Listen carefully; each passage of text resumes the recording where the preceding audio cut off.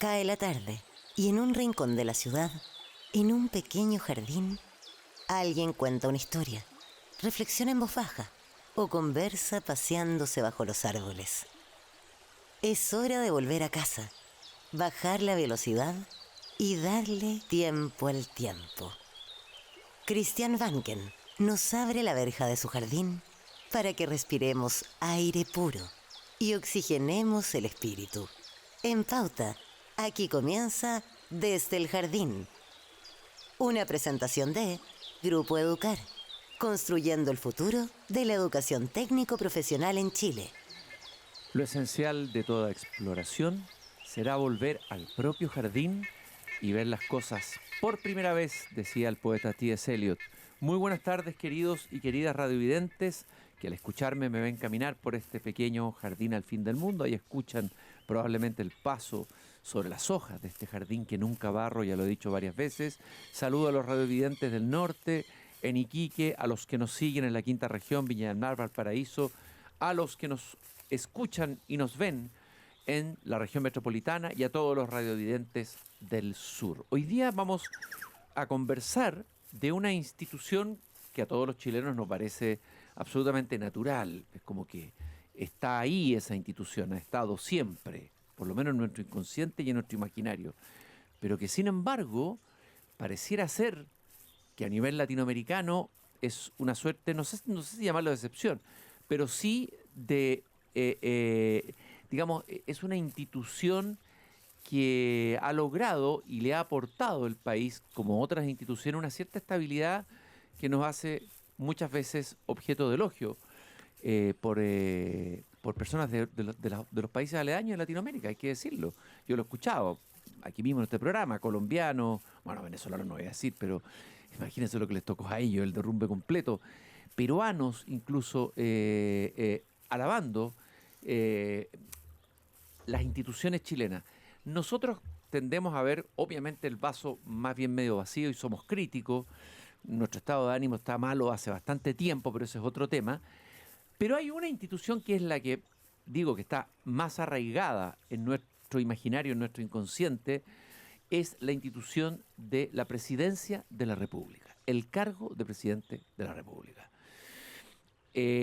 Hace 200 años, un 8 de julio, en una ley, la ley del 8 de julio de 1826, decía que la persona que administre el Poder Ejecutivo Nacional se titulará en adelante Presidente de la República. Antes, entonces, de 1826 no existió un Presidente de la República. Hubo un director supremo, un presidente de las reales audiencias, pero no un presidente. ¿Y por qué surge ese presidente? ¿Cómo surge en un contexto de un periodo, un momento de anarquía que hubo en Chile, o por lo menos de aguas agitadas? De todo eso vamos a hablar. Siempre entretenido hacer un programa de historia y conversar historia, y sobre todo con Alejandro San Francisco, gran tertuliano, interlocutor e investigador de estos temas, que acaba de publicar además en el libro una columna sobre este tema que lleva por título El Presidente de la República 1826-2026, y ahí Alejandro señala que al presidente se le respeta por su cargo, por el sentido republicano de su responsabilidad, por la institución que representa y porque en muchos aspectos es un símbolo de unidad. Vamos a analizar todo esto. Muy bienvenido al jardín, Alejandro.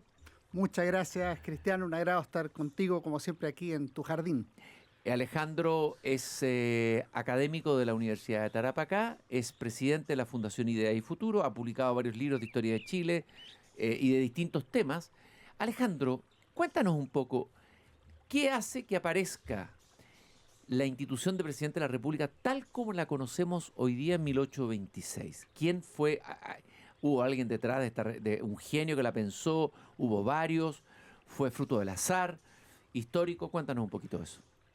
A mí me parece que coinciden varias cosas, pero tú dijiste por ahí en una parte que estamos en una década de anarquía. Efectivamente hubo anarquía en la década de 1820, pero paralelamente hubo una búsqueda, esfuerzos de organización de la República, que destaca Julio Geisel y otros historiadores. Aprendizaje político. Aprendizaje político. ¿Qué significa esto? Bueno, que un día teníamos juntas de gobierno, al otro día había un director supremo, y en algún minuto teníamos una constitución más autoritaria, una moralista, un intento federal, uno más liberal. O sea, había búsqueda. En medio de esa búsqueda se propuso en 1826, y este es el segundo elemento, un régimen federal. Ahí la figura principal era José Miguel Infante, que algunos solo lo vinculan a una calle, pero él era el líder del federalismo chileno. Y el ejemplo de Estados Unidos, sin duda alguna, pues Estados Unidos era federal, pero además tenía presidente de la República, a diferencia de otros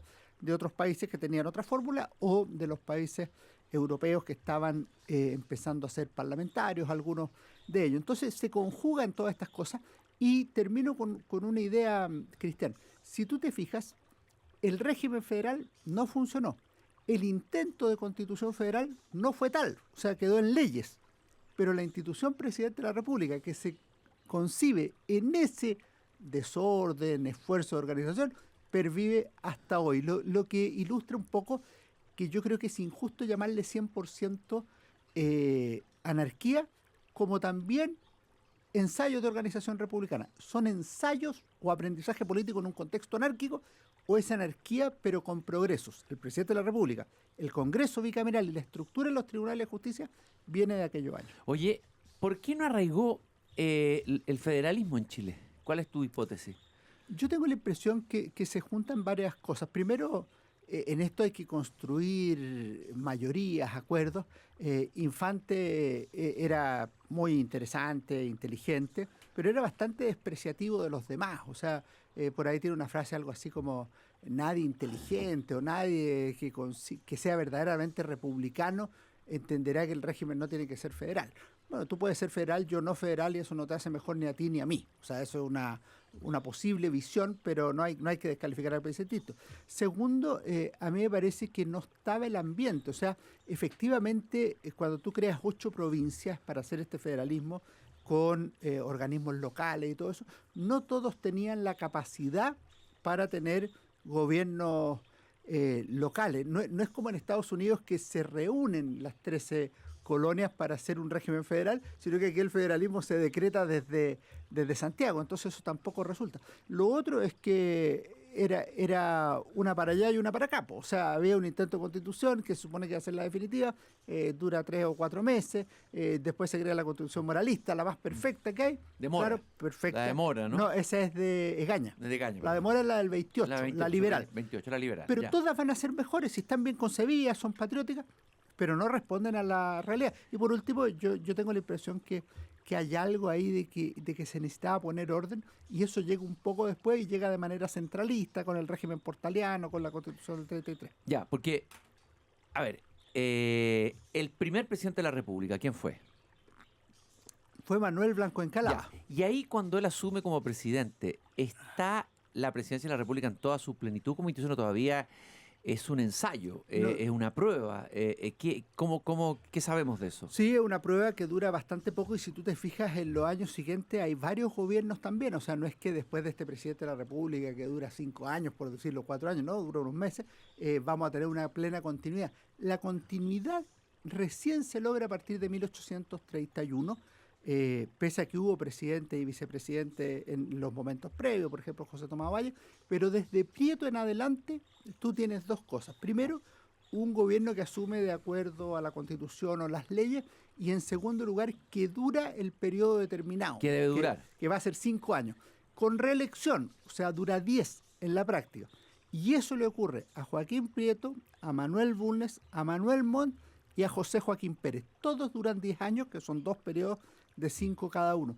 Eso tú ya ves una institución, ya no depende de quién es la persona, sino que es una institución que está funcionando, que además tiene un juramento específico en el contexto de la Constitución de 1833, y que administra el Estado y el jefe supremo de la nación, es decir, que confluye la jefatura de Estado con la jefatura de gobierno. Claro, ¿cuál es la particularidad del presidente de Chile? Si uno analiza con otras figuras presidenciales o directores o primer ministros, ¿qué lo caracteriza en esencia? A mí me parece que al menos hay dos para esa fecha. Primero, lo que te acabo de decir, es jefe de Estado y jefe de gobierno.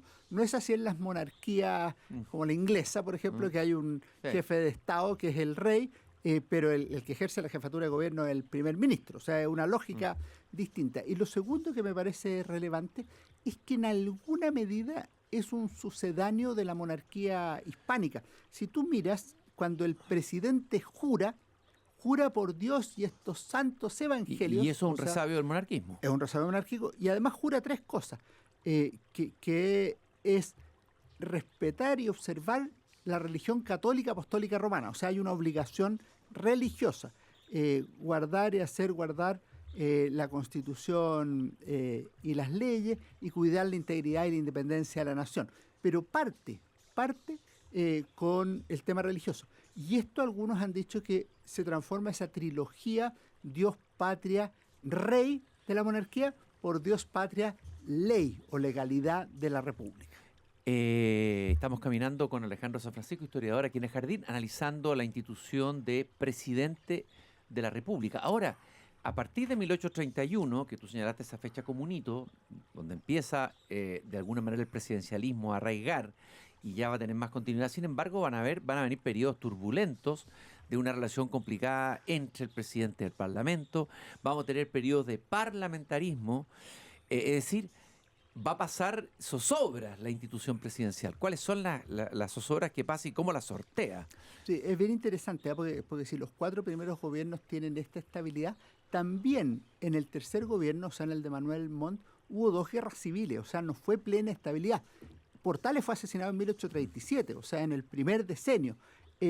Pero se dice que hay estabilidad porque ningún gobierno fue derrocado por la fuerza, como ocurría en otros países del continente. ¿Qué ocurre? Que uno podría distinguir 3 etapas. De 1831 a 1861, el presidente claramente sobre todas las demás instituciones, sobre el Congreso, sobre los partidos.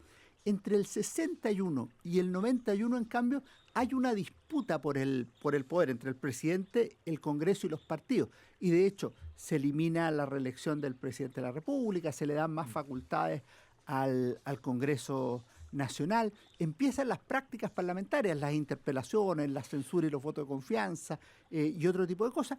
Y finalmente, tras la Guerra Civil de 1891... ¿Qué sería el hito ahí? Ese sería el hito crucial, el que cambia y fortalece el parlamentarismo. O sea, lo que dice el presidente José Manuel Balmaceda en una de sus cartas finales es una frase muy tétrica, pero muy real. El régimen parlamentario ha triunfado en los campos de batalla. Y en los campos de batalla se impone ya de manera... ¿Y por qué vuelve el presidencialismo? Porque podría haber arraigado el parlamentarismo y habría sido otra la historia de Chile, ¿no es cierto? Siempre que uno analiza un gobierno, el gobierno actual, el pasado, el anterior, todos los gobiernos tienen algo bueno y algo que no funciona, algo bueno y algo malo. ¿Por qué la gente vota por uno? No vota porque sea 100% bueno, vota porque valora más aquello que es bueno en ese momento determinado. El parlamentarismo representa, a fines del siglo XIX y comienzos del XX, la esencia de la libertad política. Y ese es un ideal político de fines del siglo XIX. La libertad política, uno dice, oye, pero si libertad política es obvio. Es que no era obvio. No era obvio, Antes claro. Lo que había era más autoritarismo, Sí. más poder presidencial. Y la libertad política significa cosas tan simples como libertad de prensa. Uno dice, oye, pero si es obvio. Bueno, antes tenían más diarios que hoy, más prensa, entre comillas, libre que hoy. Cada partido tenía su propio medio, había una gran disputa, una profusión de medios. 2, libertad parlamentaria, es decir, las interpelaciones, las discusiones, los debates, y lo que se valoraba era precisamente eso. Había varios partidos, porque uno reconoce ya el conservador y el liberal, pero surgió el radical como una expresión más radicalizada del liberalismo. El Partido Nacional o Monbarista, después el Partido Demócrata, que es el primer partido, llamémoslo así, no de clase alta, aunque los radicales... Más obrero, 1887. ¿De dónde va a venir el Partido Comunista finalmente? En alguna medida sí, en alguna medida sí. Y después, durante el parlamentarismo, surgen 2 partidos, fíjate, el Partido Obrero Socialista y el Partido Comunista. O sea, obviamente hay mucha libertad para que pueda surgir todas esas cosas. Una cosa, Alejandro, pero la pregunta que yo te hacía es, pero ¿por qué pasamos... El parlamentarismo parecía arraigarse, hay esta explosión, no sé cómo llamarla, de más liberal, ¿no es cierto? Pero volvemos al presidencialismo después, y esto en la Constitución del 25, es decir, se vuelve al presidencialismo. ¿Por qué? Porque después, cuando tú tienes el parlamentarismo, ya no lo juzgas por lo que promete, que es la libertad política. Tú la das por obvia la libertad política. Ahora se le juzga por lo que hace o deja de hacer. ¿Y qué es lo que se produce entre 1900 y 1910? Es una época fascinante, ¿eh? Se produce la crisis social del centenario. Ahí es cuando dice Enrique Maquiver, parece que no somos felices. Parece que no somos felices. Famoso y tremendo discurso de la crisis moral de la República. En 1910, Luis Emilio Recabarren dice que en este siglo de independencia solo han ganado los ricos. Y la crisis social no se soluciona. El parlamentarismo es ajeno, se mantiene como allá arriba, garantizando libertad política, mientras abajo la miseria se multiplica. Y eso hace que dos cosas. Uno, comience una crítica muy grande contra el parlamentarismo, y dos, cambie el ideal político. El ideal político ya no es la libertad política, sino que esto lo ha estudiado Mario Góngora, por ejemplo, es el concepto económico de gobierno. Es decir, mira, yo prefiero a alguien que haga bien las cosas desde el punto de vista económico y social, aunque no me dé libertad política. Y Mario Góngora termina un artículo notable diciendo, eso fue lo que legitimó las dictaduras en los años 20.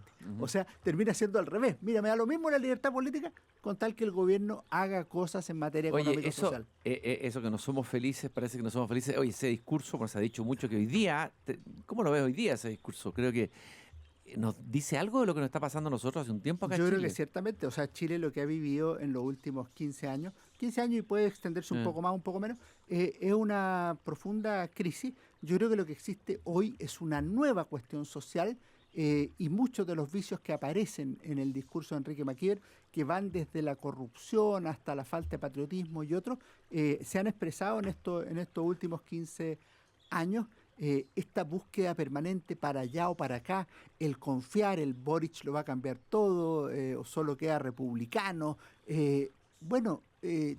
Es la gente viendo aquí la salvación.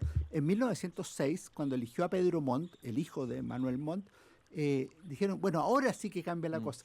Y alguien llegó a decir en 1912, por ahí, 2 años después de la muerte de Pedro Montt, hace 6 años estábamos mejor que ahora.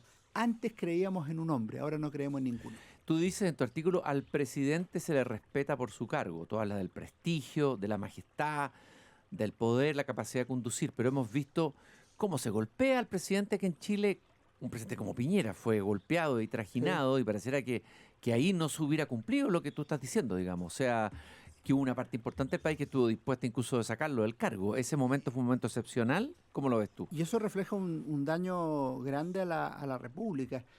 Dos cosas al respecto. Al presidente Allende lo atacaron mucho, lo atacaron con razón política, pero sin razón de otro tipo. O sea, políticamente tenemos todo el derecho a discrepar. Después se produjo una etapa de respeto, yo diría que va de Elwin a Lagos, que me parece que es muy positiva para el país. A la presidenta Bachelet, a mi juicio, la atacaron injustamente también, incluso físicamente. Sí, físicamente. Y a Boris también el merluzo, y al otro le van a sacar algo ahora también, ahora el presidente Kast, ¿no es cierto? Todos esos inaceptables. Mira, a mí me pasa de repente que estoy en un medio, qué sé yo, en una radio o en un canal de YouTube, y uno dice, bueno, tal como decía el presidente Boric, y alguien te dice, oye, pero ¿cómo le dice el presidente Boric al merluzo? En mis programas el presidente de la República siempre es el presidente de la República. ¿Y por qué es tan importante el presidente de la República? Sigue siendo, según tú. Se le respeta, primero, por el cargo. Es un cargo establecido constitucionalmente para dirigir el Estado y administrar la nación. 2, porque es la persona que llega al poder de acuerdo con la Constitución y las leyes. Y más todavía hoy, Cristian, desde 1990 asume el presidente de la República, quien ha obtenido la mayoría absoluta de los votos válidamente emitidos. O sea, a ti te puede gustar y a mí no, pero yo respeto porque la mayoría de la sociedad dijo eso. Uno podría decir, oye, pues siempre así. No, el presidente Gabriel González Videla no llegó con mayoría al Allende gobierno. tampoco. Allende tampoco. Jorge Alessandri tampoco. Y Carlos Ibáñez del Campo tampoco. Entonces, hoy día todos llegan de esa manera, de forma que tenemos que respetarlo más todavía. Y tercero, porque representa la unidad de la nación. Un presidente será más intelectual, el otro será más experimentado, Elwin, el otro será más representativo de las nuevas fuerzas, Boric. Uno representará la idea de orden, Kast. La otra, la primera mujer presidenta de la República. Bueno, cada uno tiene su gracia particular. Y todos ellos tienen además la misma gracia, ser presidente de la República y encarnar esa institución de la nación. En todo este periodo, primero que nada, antes de preguntarte eso, en resto de Latinoamérica, si lo comparamos con el resto de Latinoamérica, ¿es un caso excepcional lo que decía yo, el de este tipo de presidencialismo chileno, por decirlo así? Sí, de hecho cuando tú lees, por ejemplo, digo un ejemplo para el siglo XIX y luego paso. John Lynch tiene un libro que se llama Caudillos en Hispanoamérica. ¿Ya? Él dice que la excepción al caudillismo fue precisamente Chile. ¿Por qué? Por esta capacidad de tener sucesión regular de presidentes de la República. Los otros países no la tuvieron. Tuvieron caudillos que se perpetuaban en el poder o tuvieron gobernantes que los sacaban dentro de poco tiempo. Y si nos comparamos con Perú, por ejemplo, que es un caso impresionante. En los últimos años. Contra los últimos años. Ahí lo que ha ocurrido es una pulverización de la institución del presidente de la República. Todos presos, en primer lugar. Tal cual. Y uno tras de otros van cayendo por distintos motivos. Es decir, ahí sí que está debilitada la figura del presidente de la República. Muy ¿no? debilitada. En cambio, Chile tiene largos periodos de tradición constitucional. De Prieto, es Prieto, Bulnes, Montt, Pérez, Errázuriz, Pinto, Santa María, Balmaceda. O sea, son 60 años de continuidad. Lo mismo pasa en el parlamentarismo y lo mismo pasa del 32 en adelante con Alessandra, Aguirre Cerda, Ríos, González Videla y luego, Ibáñez, Jorge Alessandri, Frei y Allende. Y luego, desde 1990 hasta hoy, exactamente lo mismo. Eso es excepcional. Y termino con una cosa. Esto es una autopercepción, o sea, los chilenos efectivamente creemos que somos más ordenados que los demás países, pero también si tú ves prensa inglesa del siglo XIX, diplomáticos españoles, algún otro norteamericano, dicen, oye, el país que realmente funciona es Chile. En los 5 minutos que nos quedan, siempre dan ganas de conversar mucho más con Alejandro San Francisco en el Jardín. Ya lo invitaremos de nuevo, a quienes les gusta la historia sobre todo. A ver, ¿qué presidente interesante? Porque han habido muchos tipos de presidentes. Tú ya dijiste algunos casos, arquetipos de presidentes. Pero ¿qué presidente interesante te han interesado a ti en la historia de los presidentes de Chile? Yo tengo un problema que a mí me gustan las crisis institucionales. Lógico. Ahí para ti una fiesta. Esto no es un vicio, es como los médicos que se dedican a la oncología. Obvio. Te fascinan las crisis ya. Entonces, para mí Balmaceda es más entretenido que un presidente normal. Obviamente ahí hay una tragedia. Una tragedia. El presidente Allende exactamente lo mismo, crisis institucional, y ciertamente entre medio el presidente Arturo Alessandri Palma, por distintas ¿Hay algún razones. presidente que no haya estado a la altura de este cargo, es decir, que no haya cumplido con lo que tú señalas, digamos, esta majestad, este prestigio, alguien que haya dañado un poco la institución de la presidencia de la República? Siempre que hay crisis hay responsabilidades compartidas. O sea, yo creo que el Congreso se cebó contra Balmaceda y algo parecido ocurrió en el caso de Allende. Pero los dos exageraron la autorrepresentación de la imagen presidencial y no fueron capaces de solucionar el problema antes. En términos histórico personal, nosotros tenemos más o menos la misma edad, somos de los años 80 en la universidad, un poco 90 yo.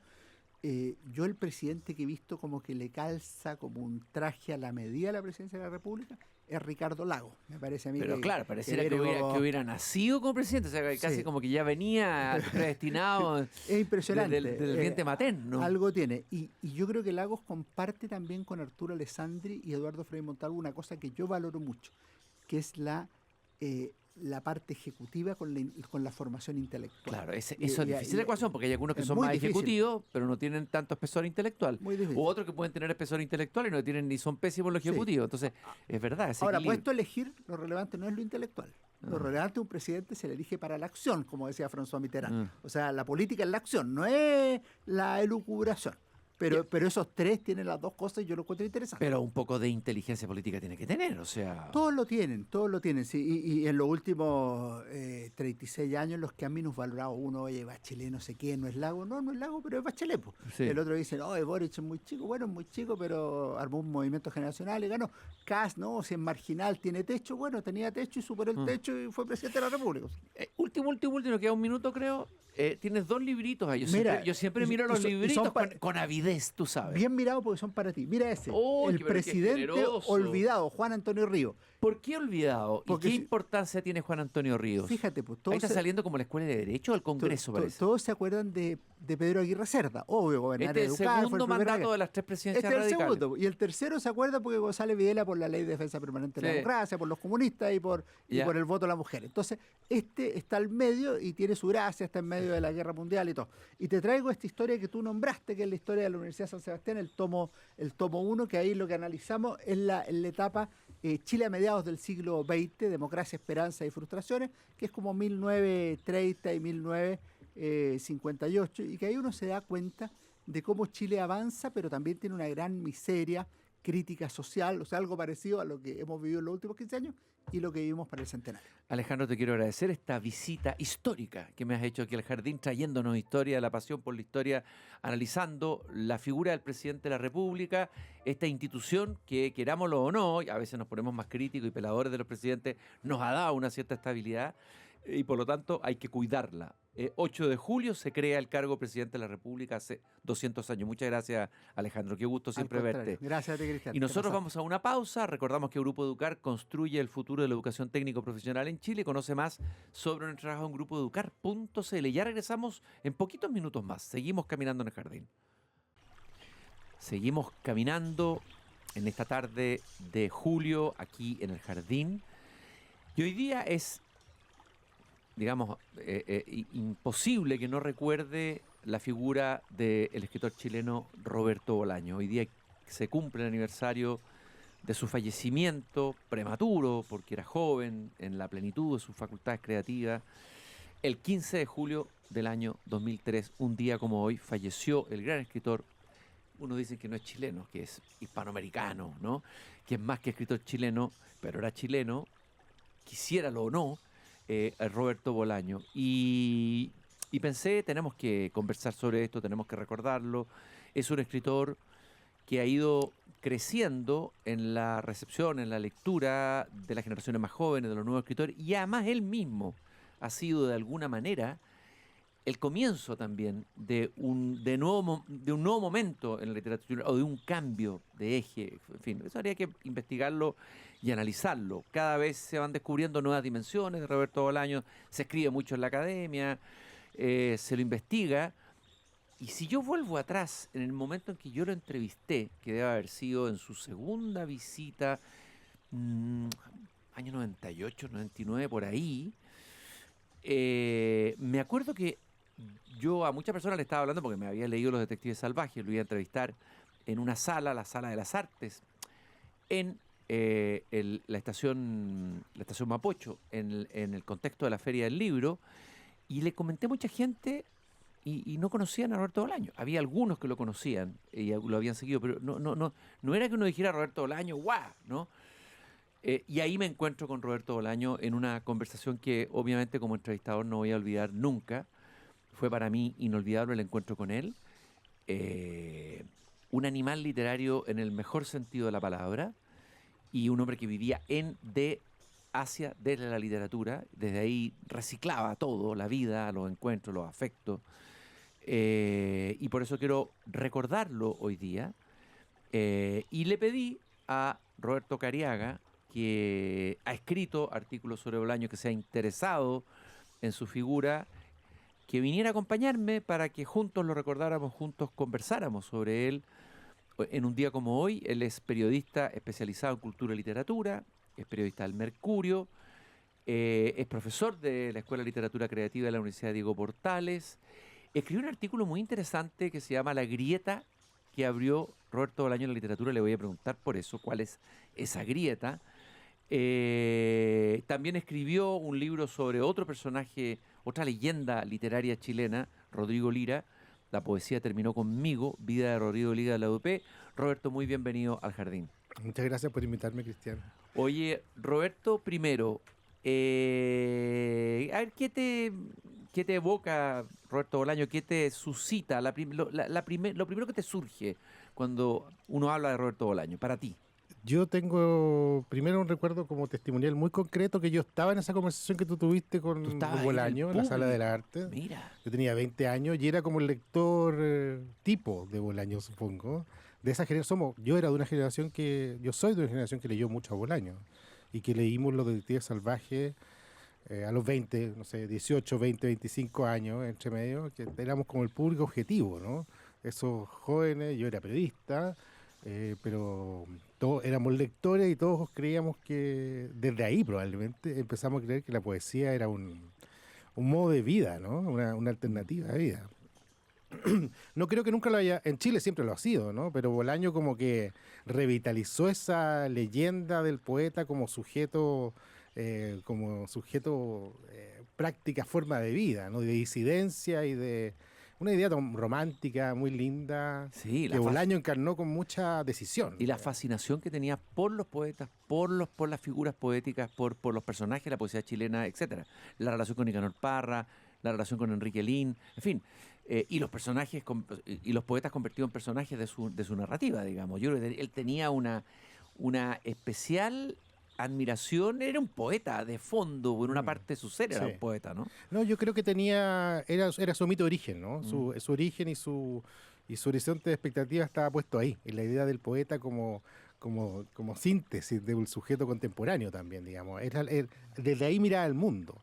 Es verdad que él escribió poesía, por supuesto, partió escribiendo poesía, pero su poesía es más bien convencional, ¿no? Más narrativa, pero sus personajes son los de sus novelas, digamos, son siempre en el fondo escritores, digamos. Y la historia de Los Detectives Salvajes, que es esta epopeya tremenda, digamos, es la historia de una derrota de una generación, ¿no? De una derrota de un ideario revolucionario, pero en vez de escribir de revolucionarios, de políticos de los 60, escribe de poetas que terminan vagando por el mundo, ¿no? Migajas, ¿no? Perdidos en el mundo, dispersos por todas partes, ya sin ideario más que la literatura, digamos. Es la única que tienen a que aferrarse. Son como náufragos, ¿no es cierto? Totalmente. Náufragos fregados los últimos restos de la poesía y la literatura, por así decir. Mira, vamos a escuchar, te propongo, Roberto, un fragmento que escogimos, justamente un fragmento donde Roberto Bolaño, en esa misma entrevista que yo le hiciera en La Belleza de Pensar, el año 1998 tiene que haber sido. Yo creo que 99. 99. Sí, porque ya había ganado el Herralde. Había ganado hace poco el Recién, Herralde. yo creo. Recién había ganado el Herralde. Sí. Y ahí se disparó. Ahí se disparó, pero en ese momento nadie lo conocía. Yo te voy a contar que cuando él fallece, yo llamo al director de Canal 13 y le digo, acaba de fallecer Roberto Bolaño y esta entrevista hay que emitirla por señal abierta. Es como si hubiera muerto Borges en Argentina y no se emitiera la entrevista. Da lo mismo que la tires a cualquier hora, pero... Y fíjate que no tenía idea quién era Roberto Bolaño, pero me creyó. Te creyó. Y la tiró a última hora, pero... Se emitió el programa en señal abierta de Roberto Bolaño por la señal de Canal 13. Hasta entonces nunca La Belleza de Pensar había sido emitida en señal abierta. No, fue un Borges, claro. Fue un Borges contemporáneo. Fue un Borges, ¿no? Sí, yo creo que hizo abrió algo como abrió Borges, ¿no? No sé si tanto, porque Borges es demasiado probablemente para la literatura contemporánea. Todo está dentro de Borges hoy día. Claro, pero el Bolaño del siglo, para el siglo XXI, digamos, para la narrativa, o el tránsito del siglo, es muy clave, me parece a mí, para la narrativa latinoamericana. Y bueno, el mundo también lo vio como una figura clave. Escuchemos entonces qué es lo que dice de su relación con la poesía, cuando escribió el poesía, cuando empezó a tomársela en serio. Veamos qué me dijo Roberto Bolaño en esa mítica entrevista. Yo empecé escribiendo poesía. Al menos cuando empecé a escribir en serio, cuando la apuesta era a vida o muerte, que es una forma un poco exagerada de decirlo, pero bueno, se parece. Lo que escribí era poesía y leí muchísima poesía. Y siempre he admirado las vidas de los poetas, esas vidas tan desmesuradas, tan arriesgadas. Y en ese sentido, tal vez, solo tal vez, ese amor mío por la poesía y por los poetas se refleja de alguna manera en algunos de mis libros. Yo no creo que en todos. Yo creo que además, yo como poeta no soy nada lírico, soy totalmente prosaico, cotidiano. Mi poeta favorito es Nicanor Parra. Nicanor Parra ya lo dice, que él no habla de crepúsculos ni de damas recortadas sobre el horizonte, sino de comidas y luego de ataúdes. y ataúdes, lo repite. Bueno, Vida o muerte, dice. vida o Bolaño, muerte, lo que tú decías al comienzo, ¿no es cierto? Puro riesgo. El además, riesgo ¿no? absoluto, ¿no es cierto? El Sí. poeta lanzado al riesgo total. Oye, bueno, la relación con Nicanor Parra, ¿no? Creo que fue Ignacio Echeverría que dijo que fue el modelo del que nunca se apartó. La relación Yo- de Echeverría, ¿cómo la ves tú con Nicanor Parra? De Bolaño con Nicanor Parra. No, yo creo que Bolaño fue de esa generación de escritores, de poetas que detectaron rápido, al tiro a Parra, ¿no? Mm. Que fueron capaces de desprenderse del imperio lírico nerudiano más pronto. Mm. Y creo que claro, hay un asunto, sí, porque Nicanor siempre fue, en el fondo era un cínico, ¿no? Sí. Era un cínico indescreído, digamos, total. Sí, sí. Pero Bolaño no era un descreído, ¿no? Era un sujeto con una fe total, digamos, una fe total en la literatura y en la poesía, ¿no? Creía en eso. Casi a los Rimbaud, pero los Rimbaud, en el siglo claro. XX, ¿no es Claro, cierto? por supuesto ya había pasado, todo se había caído, está todo derrumbado, pero igual creía, ¿no? Todavía seguía creyendo entre medio de la Él humanidad, tenía ¿no? fe en la Tenía mucha literatura, fe. De en la hecho, poesía. imagínate que escribió hasta la última hora, digamos, de su vida. Pero en Chile, Bolaño, claro, como llegó cuando esas dos visitas que tuvo a Chile, tuvo dos nomás, después del 73, el 98 y el 99, el 98 y el 99 va a ver a Nicanor Parra, ¿no? Él consigue ir, bueno, está muy conectado y conectan muy bien, arman una amistad pequeña. Y creo que en la segunda visita, ¿no? El 99, es cuando va con Ignacio Echeverría, que es el editor español, y consiguen generar la idea de que se publique las obras completas en España, pues de Nicanor Parra por Galaxia Guten. Claro, que en España el lugar más... En Nicanor Parra no había entrado también en España, le costaba entrar. El oído español parece que no estaba preparado para la antipoesía. No, parece que no todavía. Demasiado lírico Sí, los españoles sí, para sí, pues la la poesía, acidez de española es lírica y Claro. sigue siendo retóricamente lírica Claro, todavía. el humor de Parra todavía no había Sí, entrado muy bien, sí. pero ahí ellos gestaron estas obras completas que fue muy, muy seminal en el sentido que terminó convenciendo a los españoles también para que se ganaran Cervantes, ¿no? En ese sentido, Bolaño también era un estratega, ¿no? Estaba siempre calculando, porque como él lo dice muchas veces, acá hay una batalla dando vueltas. Entonces él está peleando porque esto es vida o muerte. Entonces él no solo está peleando en el papel, aunque en la escritura, él creo que también está peleando de alguna forma en el campo literario, ¿no? Si salió a discutir, a pelear, ya a imponer, a decir quiénes son los que valen, y en ese sentido dijo, ya, po, Nicanor Parra de una vez por todas. Y en digamos. ese sentido, el segundo personaje importante que él va a visitar y con el que establece una amistad es, bueno, fue Nicanor Parra y Pedro Lemebel. Lemebel, sí. como que él apadrina a Lemebel, no sé cómo decirlo, así como Bolaño fue apadrinado por Parra. La relación con Lemebel fue importante también. A Fue mí un me parece signo y que una fue señal importante. ¿eh? Bolaño en alguna carta, ya no me acuerdo a quién, quizás a Soledad Bianchi o Aldo Rojas, en los 90, a principios de los 90 en España, todavía un tipo muy anónimo, se entera de la existencia de las yeguas del Apocalipsis y dice, bueno, esos son, digamos, ahí estoy yo, sin haber leído nada todavía. Y claro, cuando viene a Chile, hay una escena muy legendaria que lo juntan, por supuesto, para el 98, lo juntan con la gente de la nueva narrativa, ¿no? La nueva narrativa chilena que Exactamente. en torno a la editorial Planeta, y etcétera, Exacto. los narradores jóvenes, entre comillas. en ese Claro, momento. Jaime Collier, Arturo Sí. Fontaine, Carlos France, bueno, una serie de autores muy importantes, pues todavía lo son, muy Sí. relevantes. Y Bolaño llega ahí, por supuesto, donde más llegar un narrador y se junta con ellos, conversa en las tarrias, hasta que alguien le dice, ¿sabes qué tal? Me ve aquí al lado. En otro bar. En otro bar, y que no va a venir a este bar, digamos, no quiere meterse a este bar. Y Bolaño va para allá y se va con él. Y no vuelve más. No vuelve más a la mesa de la nueva narrativa y se va con Lemebel, que es este feroz, es el salvaje real, digamos. Claro, ahora tú citas ahí las declaraciones de Bolaño sobre los escritores chilenos que son brutales. Son Brutales, ¿no? brutales. A ver, ¿cómo las jugas tú, cómo las miras? No, él creía, claro, él llegó a Chile en este momento también hay que pensar que esto era la transición a la democracia, los 90, un momento bastante estable en Chile, ¿no? Que económicamente ok, todo bien. Sí. Y llegó se espantó, digamos, Claro. se espantó con esta comodidad, Sí. este lugar tan cómodo para los escritores. Y bueno, él fue disputó muchos espacios, ¿no? El espacio como de esos narradores de su generación no le gustaban y creía que estaban escribiendo una narrativa ya agotada, en realidad. No solamente... Sí, están escribiendo a los Graham Greene, dijo, están escribiendo a los no sé cuánto, a los Henry James, ¿no? Oye, pero eran objetos a destruir, parecía. Es que yo creo que Bolaño tenía, como te decía, tenía este deseo de desarmar las cosas, ¿no? Tenía tenía este deseo como de batalla, de guerrero, de vida o muerte, ¿no? Acá vamos.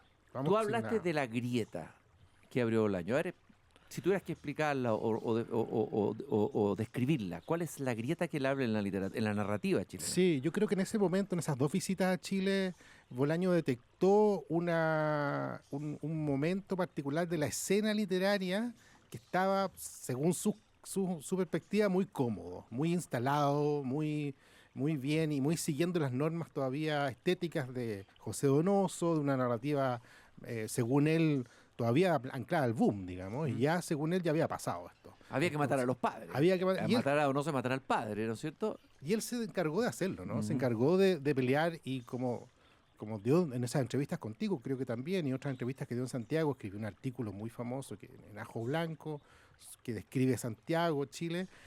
Habla pestes de la literatura chilena, de la escena contemporánea, habla pestes también de por qué no toman en cuenta a los poetas, digamos, y ahí desarma el campo, y pone, creo yo, que él pone, entre comillas, al MBL al centro. Y efectivamente el MBL trae la calle a la trae narrativa. la mete adentro. Oye, y las consecuencias, mirad hoy, ahora, lo que está produciéndose hoy en la narrativa chilena, las consecuencias de esa jugada guerrera de Bolaño en el escenario de la literatura chilena. En Chile yo creo que las consecuencias vinieron, bueno, por los jóvenes, ¿no? Yo creo que los autores como Alejandro Zambra, Álvaro Bizama y toda la generación que hoy día tiene 50 años fueron unos súper lectores de Bolaño, digamos. Tienen esa intensidad y pretendieron venir desde ahí, digamos. Venir desde ese lugar como ya incorporando la poesía también, creo yo, de incluso Nona Fernández, toda una generación contemporánea que cree que la escritura debe tener, no sé, más sangre, debe ser más peleadora, incluso tiene adentro, como Bolaño siempre lo hizo, tiene en su artefacto, en su manera de narrar, el misterio, ¿no? El misterio policíaco, digamos. ¿Cachai? Hay una verdad que descubrir que nunca se descubre. Yo creo que eso empieza a surgir por todas partes. E incluso Alejandro Zambra, que uno pareciera no verlo tan directamente, así como... Tiene un libro que se llama Poeta Chileno, que es una especie de... Chileno, claro. Eso, es un revés de lo de Tía Salvaje, mucho más encantador y más contemporáneo, que creo que dialoga realmente. Y así, yo no sé si hoy día los jóvenes leen tanto a Bolaño, porque de algún momento, en algún punto saturó algo, pero creo que arrasó mucho tiempo, digamos. Era difícil no escribir, no tomar un libro de alguien escrito de 30 años y no ver esa prosa exultante, esa velocidad de Bolaño que tenía. Y da la impresión de que cuando está escribiendo hay momentos de éxtasis en su escritura. Y vamos a escuchar a Bolaño hablar de ese éxtasis en esa entrevista que le hicimos en la Feria de la Estación Mapocho cuando vino Bolaño a Chile. Yo creo que todos los escritores, incluso los más mediocres, los más falsos, los peores escritores del mundo, han sentido durante un segundo la sombra de ese éxtasis. Sin duda el éxtasis no lo han sentido, el éxtasis tal cual quema. Y alguien que lo siente durante un segundo y luego retorna a su mediocridad existencial, es evidente que no se ha metido en el éxtasis, porque el éxtasis es terrible, ¿no? Es abrir los ojos ante algo que es difícil de nombrar y difícil de soportar. Fíjate que me trajo al recuerdo el comienzo de la primera elegía de Rilke, que cuando dice todo ángel es terrible, ¿no? Es como el misterio absoluto que uno puede ver directo. Es bien impresionante esta declaración de Bolaño, lo encuentro. No, es un romántico también. Es un romántico, total. Lo que tú decías al comienzo. Sí. Y también, bueno, y como todo romántico, le tiene un terror a la mediocridad. Sí, o sea, a la rugosa realidad, como diría Rimbaud, ¿no? Claro, le tiene un terror y no quiere nunca ser el funcionario, ¿no? También yo creo que eso es lo que eso es lo que se queja en general Bolaño, y se queja con Chile, que es como su espejo, ¿no? Que la posibilidad de ser un escritor funcionario, digamos. Un escritor profesional. Un escritor profesional. La carrera literaria. Eso lo odia.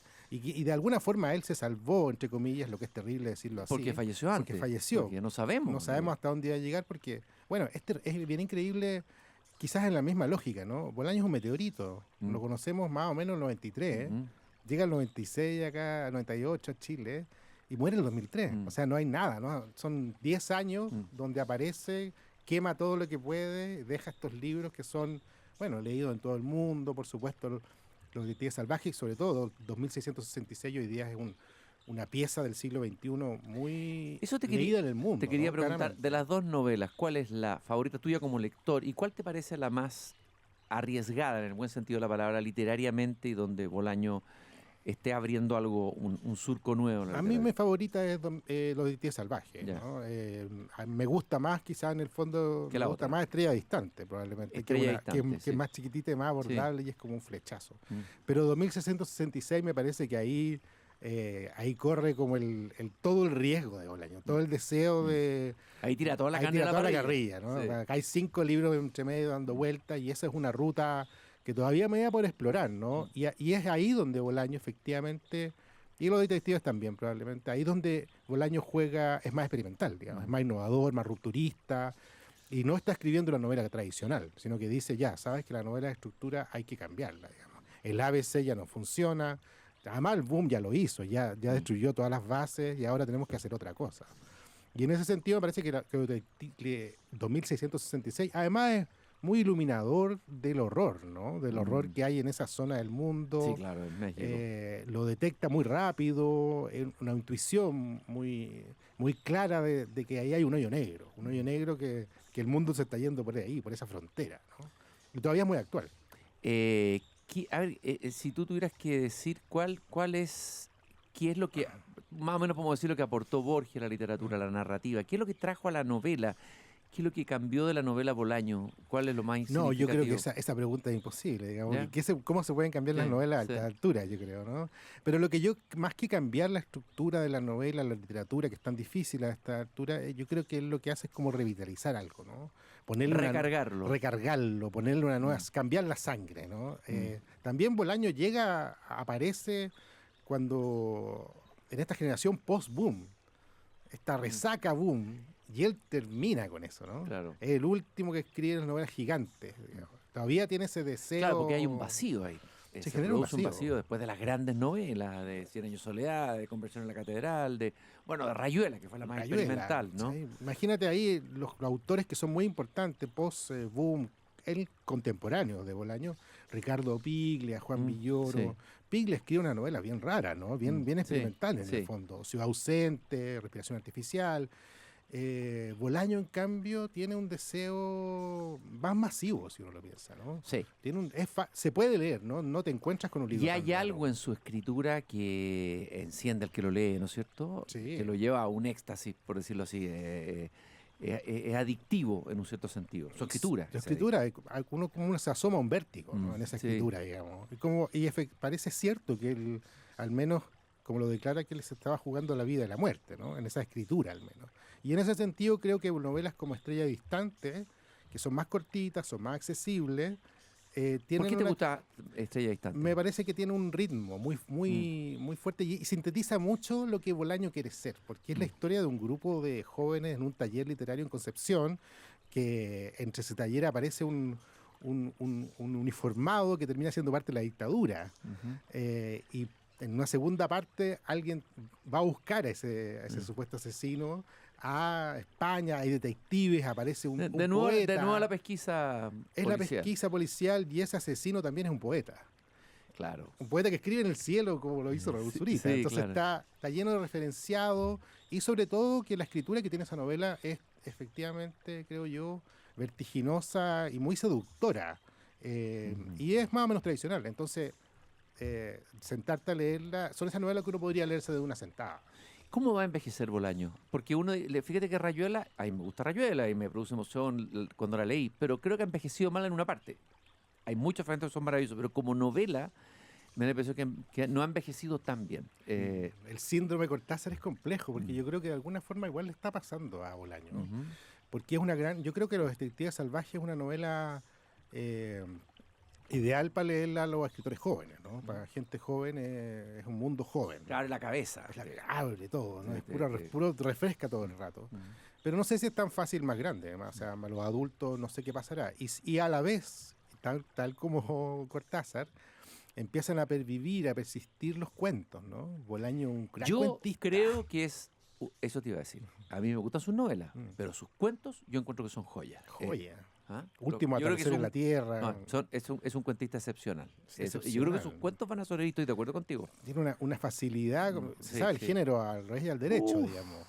Total. Y ahí yo creo que, claro, los cuentos son muy permanentes, ¿no? Todavía permanecen y agarrar los cuentos es leer un Chekhov también, digamos, es leer un clásico, po, ¿no? sí, No po. es Ya- tan difícil. Llamadas telefónicas y putas asesinas. Ahí está asesinas. contenido, yo creo, el gran tesoro de Bolaño. Y ahí también están sus temas. En Están el todos los fondo. temas que también están- está Arturo Velano, que Sí, es sí, sí. su símil, y están sus Su alter ego. personajes, digamos, están ahí todos. Entonces es un repositorio, bueno, aparentemente Bolaño lo que hizo siempre fue más o menos escribir un solo universo, ¿no? Donde iba entrando y saliendo. Esa es parte, y acá también uno está conversando hoy día sobre Bolaño porque también es una leyenda, ¿no? Es una leyenda. Y él cultivó esa leyenda y todo, y cultivó esta idea de que él fue un sujeto, un escritor que estuvo, no sé, 10 años escribiendo anónimamente, y cuando apareció, mira, tengo todo esto, digamos. Estrella fugaz, estrella distante. Roberto Bolaño lo recordamos un 15 de julio, como hoy, pero el 2003 fallecía. Le rendimos un sentido homenaje, tuvimos el privilegio de conocerlo. Tú estabas en el público, yo estaba ahí entrevistándolo, pero estábamos ahí en la sala con esa energía de Bolaño. Es imposible olvidarlo, y muchas gracias, Roberto, por haber venido al jardín a compartir y acompañarme en este recuerdo de Bolaño hoy día. Muchas gracias, Cristian, por invitarme a conversar sobre Roberto Bolaño. Y No recordarlo. Y nosotros nos volvemos a encontrar mañana, queridos radiovidentes, nuevamente aquí, cuando vuelva a abrir la verja de madera de mi jardín. Y lean, si no lo han leído Bolaño, buena recomendación de Roberto, partan por Estrella Distante, sigan con los cuentos y después se lanzan a las novelas. Pero léanlos, leámoslo, porque hablamos de los autores y ni los leemos. Hasta mañana.